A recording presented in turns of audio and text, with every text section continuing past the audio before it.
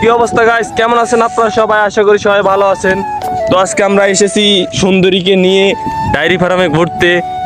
প্রকৃতির মধ্যে এসে পড়েছি ঘুরার লেগা। আর পিছনে দেখেন ছাপরি ম্যান দুইটা আছে, দুইটা ছাপরি ম্যান আসতেছে। আমি আছি, তোমাদের ভাই আছে ক্রেজি স্ট্যান্ডার্ডার, বুঝছো না? তোমাদের ভাইকে চেনো তোমরা সবাই। গাইস জায়গাটা কিরম, আমার ক্যামেরা তো ভালো না, তাও তোমরা জায়গাটা দেখো।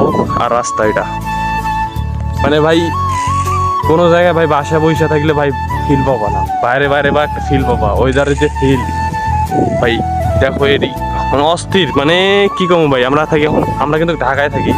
আমরা ঢাকায় একটা সাভার এই সাইডে থাকি, সাভার এই সাইডে একটা এই জায়গাটা ফাঁকা, একটা খারাপ গরু টরুর ঘাস টাস চাষ করে এই জায়গাটা। এই জায়গাটা আমরা আসছি তিনজন, একটু পরে চলে যাবো। দুপুরবেলা আইছি, বাসা থাকতে আর ভালো লাগতেছে না। বাসা তো কারেন্ট চলে গেছে, লোডশেডিং। ঢাকা তো যারা থাকো তারা অবশ্যই জানো তো যে লোডশেডিং করে। আরে ভাই সামনে কি এটি দেখছো? সামনে এখন তো ভিডিও করতে করতে যাই একবার গর্ত দিয়ে নামাই দিতাম, দেখতেছো এটি কি? এখনই নামাই দিতাম গাইস। তো ভালো থাকবেন এইটুকুই। আর জায়গাগুলো দেখেন গাইস, অনেক সুন্দর। বিকাল টাইমে এলে মজা পাবো, বিকাল টাইমে এলে একটা ফিল আইবো।